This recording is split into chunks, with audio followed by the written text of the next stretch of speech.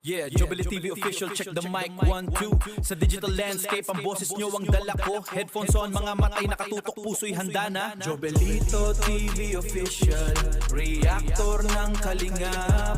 Tayo'y maghatid ng liwanag sa bawat sulok ng Pinas. Isang tinig para sa bayan, advokasy ang wagas. Jobelito TV official, reactor ng kalingap.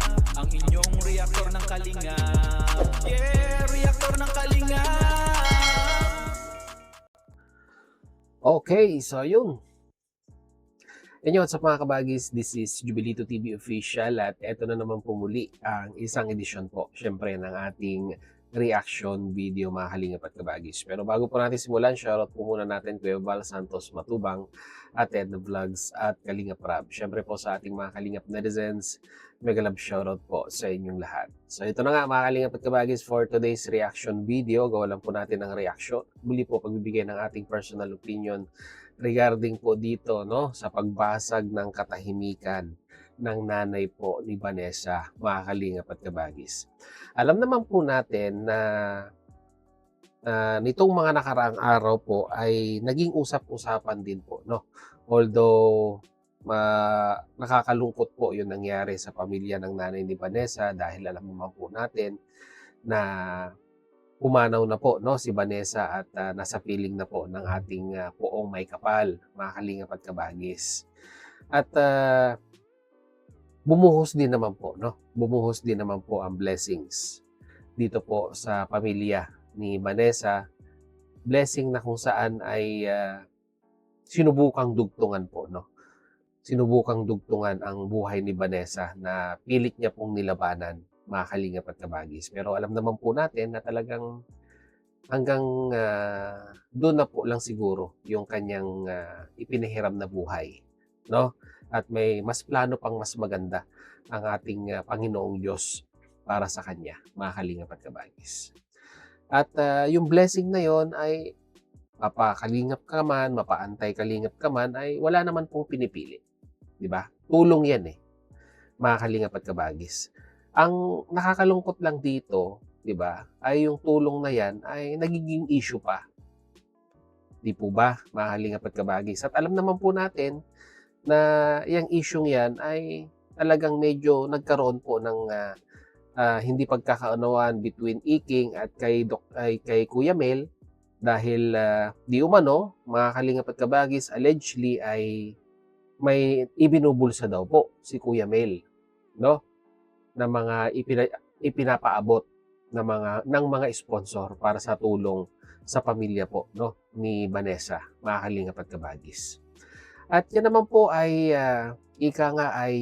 sinagot ni Kuya Mel na may mga kasamang resibo, mga video clips, na kung saan ay nagpapasalamat po, yung nanay ni Vanessa sa mga sponsor na tumulong po, nagbigay ng tulong para sa kanila, mga kalingap at kabagis. Kung tutuusin, doon pa lamang po sapat na di ba? Doon pa lamang po absuelto na si Kuya Mel patungkol doon sa mga ibinabatong alegasyon sa kanya. Pero dito po, ito pong statement ng nanay ni Vanessa ang magbibigay tuldok sa lahat.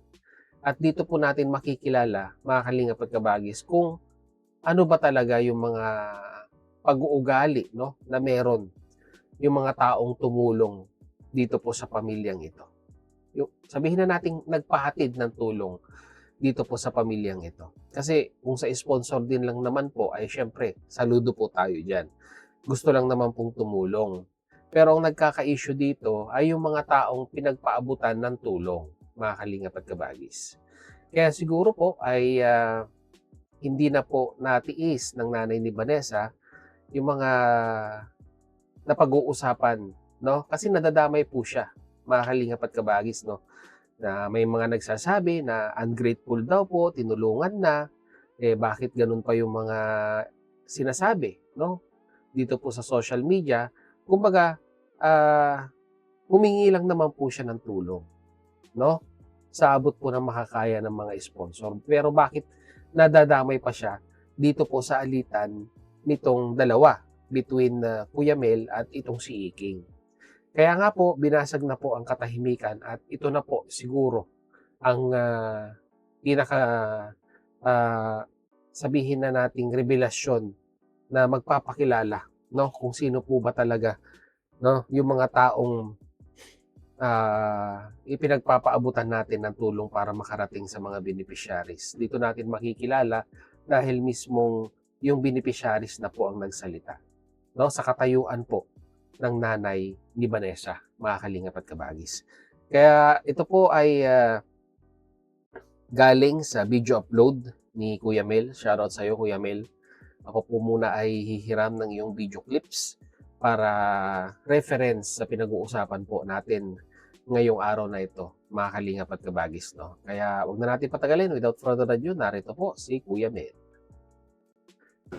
So, ngayon po, kausapin natin, pakinggan niyo po ang lahat ng sasabihin ng nanay ni Vanessa.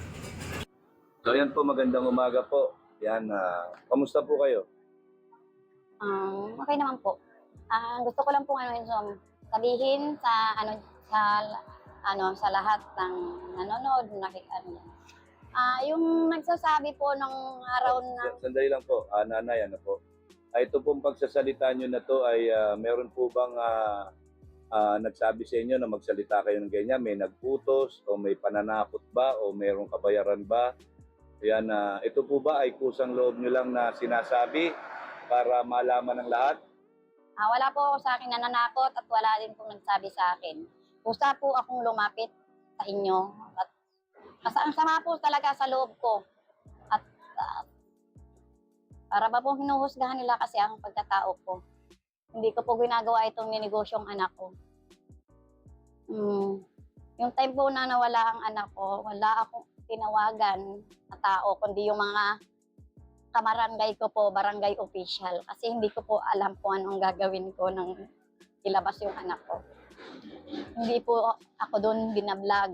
Nung pinasok po sa morgue yung anak ko, syempre, nanay ako, hindi ko na alam kung ako lang mag-isa. Hindi ko po alam kung saan nakatatakbo.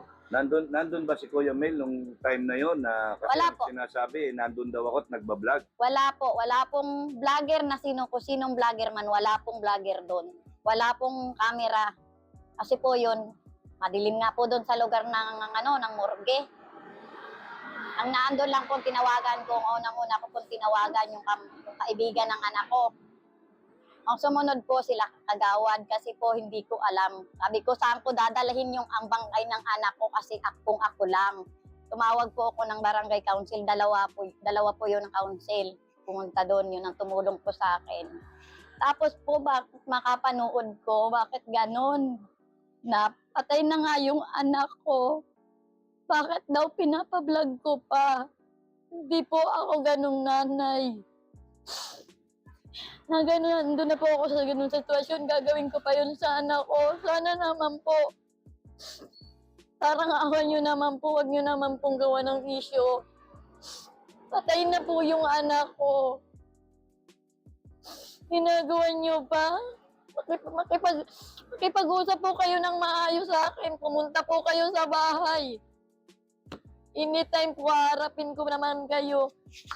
Kasi po, wala po akong taong sinusumbungan o sinisiraan kayo para may bumigay lang ng pera sa anak ko. Sino itong tao na ito? Si Dr. Love po, sinasabi niya na nagpa-vlog pa, pina-vlog ko pa yung anak ko. Sana naman, Dr. Love, kung tumutulong ka, sana naman po bukal sa kalooban mo. Huwag niyo naman pong isumbat yung mga tinutulong niyo. Hindi ko naman po yung ginastos ko yun sa anak ko.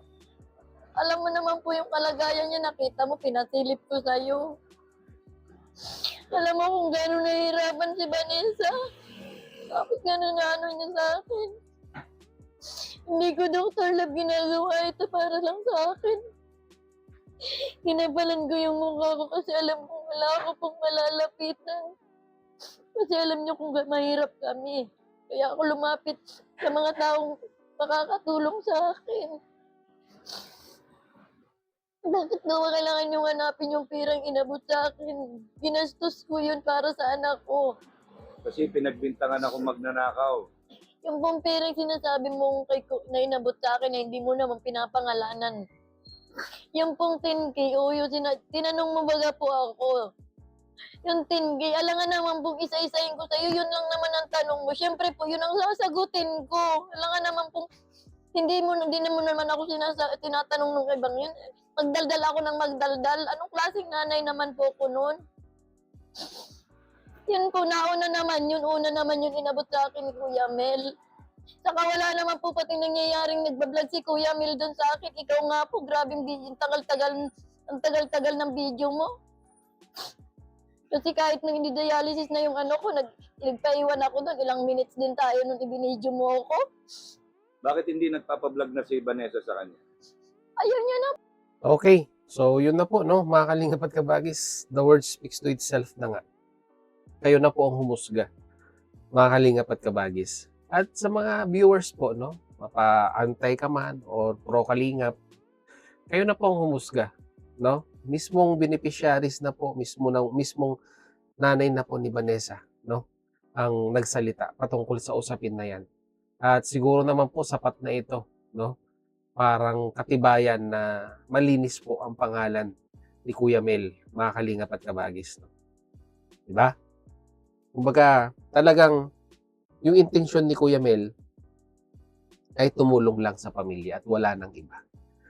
At yung akusasyon kay Kuya Mel na sinasabing pumanaw na si Vanessa ay ipinapablog pa, or yung akusasyon kay nanay na pumanaw na yung anak ay ipinapablog pa, ay ito na po. Yung nanay na po mismo ang nagsalita. Mga kalingap at kabagis. Yun lang. Yun lang ating reaction for today, and kagaya ng dati, kayo na po, no? Ano po bang masasabi ninyo dito sa mga binitawang salita ng nanay ni Vanessa, no? Mga kalingap at kabagis. Sa mga hindi pa nakasubscribe, subscribe nyo na po, Jubilito TV Official. Hanggang dito na lang po, mga kalingap at kabagis. As I always say, peace, God first. God bless po. Bye!